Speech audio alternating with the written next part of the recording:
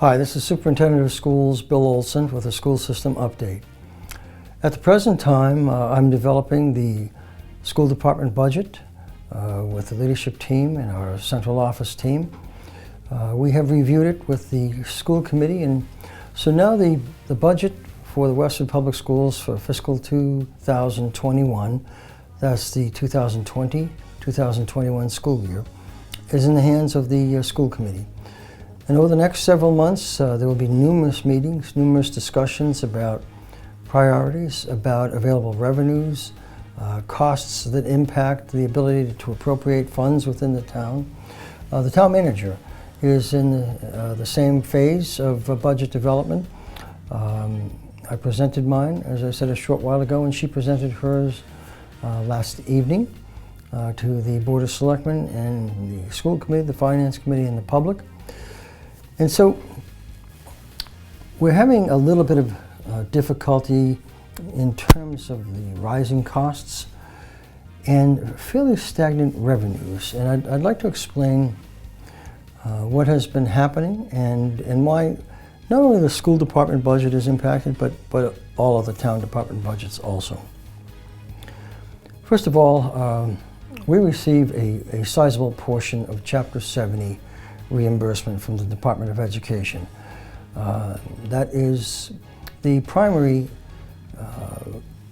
reimbursement entity that we receive, and it's about $17 million. In fact, we receive more than many of the other communities in our area because our rapid growth in student population and town population back about 20 years ago occurred during a period of time where the legislature and the Board of Education was looking to modify the funding formula, realizing that some communities such as Westford, who were rapidly growing, were being harmed through not enough incremental increase in Chapter 70 aid. So as our enrollment continued to increase, sometimes between 200 and 300 students every single year, the Department of Education and the Board of Education responded by increasing our state aid in a more commensurate value and manner to adjust to the rapidly rising enrollment. At that time also, we were also building a lot of schools, renovating them, doing expansions, additions, along with some other town-wide building projects, whether it be the water department, the highway department, the library addition, etc. So there's a lot of costs being generated, which calculated into reports that we're going to, and data and metrics going to the Department of Education and to the legislature in general, and that generated a rapid increase in our Chapter 78. Now that has remained relatively stagnant at the time. Now that is the primary component of reimbursement to the town of Westford and in every other community for that fact. There has been a new funding formula developed in cooperation with the Massachusetts Association of School Committees, School Superintendents, the Massachusetts Teachers Association, the Board of Education, and the Commissioner's Office, the Student Support Act. That will not greatly impact the amount of revenue that Westford receives. We are considered a relatively wealthy community by standards across the state, even though we all recognize that not everyone has the same level of income, certainly. And there are, in fact, people in this community as well as others who are struggling. But Westford, through its overall per capita income, is viewed as a relatively wealthy municipality. So we're not in line under that new legislation to have a large increase over the next 6 or 7 years in Chapter 70 reimbursement. What might be of some help is a partial reimbursement of the expenditures that we make for transporting students with severe special needs to outside placements that provide services that we are not capable of providing or could provide at a much greater cost than the outside placement. So limited Chapter 70 aid in terms of increases. The other item that is very important is this community's tax base is very heavily skewed towards residential homeowners and a residential component, and much less so towards commercial industrial. And I know the town manager, the Economic Development Commission, and the Board of Selectmen have made a concerted effort over the last 8 or 9 years to increase in a responsible way the amount of commercial industrial growth in Westford. Here's the importance of that. Research from about 10 to 15 years ago that I had coming in from a research firm indicated that for every dollar that a residential homeowner contributes in taxes, it actually costs the town about $1.40 to $1.50 in total services, school department and all other departmental services.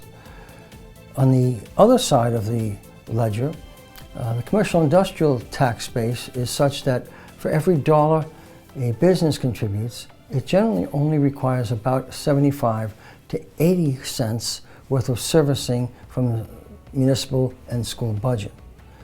So you can see that further residential development and fairly minimal but growing commercial industrial development has had an impact on our ability to raise sufficient revenue under Proposition 2.5 to fund the school department and all other town departments to the level that is deemed necessary. So that's a real issue that we're dealing with. Now you combine that with the fact that health insurance premium costs that the town incurs a certain percentage of, with pension costs, all on behalf of employees, those first two that I just mentioned, have escalated tremendously. Also utilities, insurances, okay, contracts in general for construction have all indexed upward far more than what the 2.5% indexing factor from the state under Proposition 2.5 allows in terms of increased revenue. So that's a very difficult issue that we have been dealing with since 1980.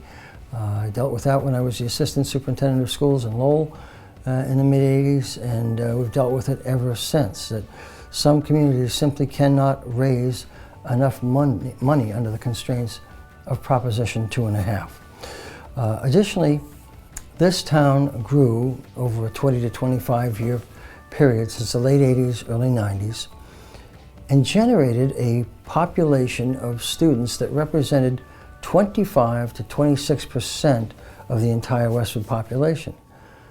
So we almost have a bimodal distribution of the population in Westford. We have about 25% of Westford's population that is of school age, and we have about 25% of Westford's population that is above 60 years old. Residents approaching years where employment ends and they are on fixed incomes and Social Security. So it's a very difficult dilemma and balancing act. And what it requires is the establishment of priorities, whether it is in funding the school department or funding other municipal town departments, and the priorities that we all set in our respective departments to try and match the dollars that are available to us.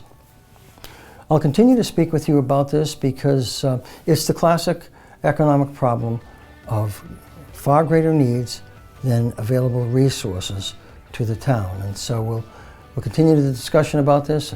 I'll provide information for you.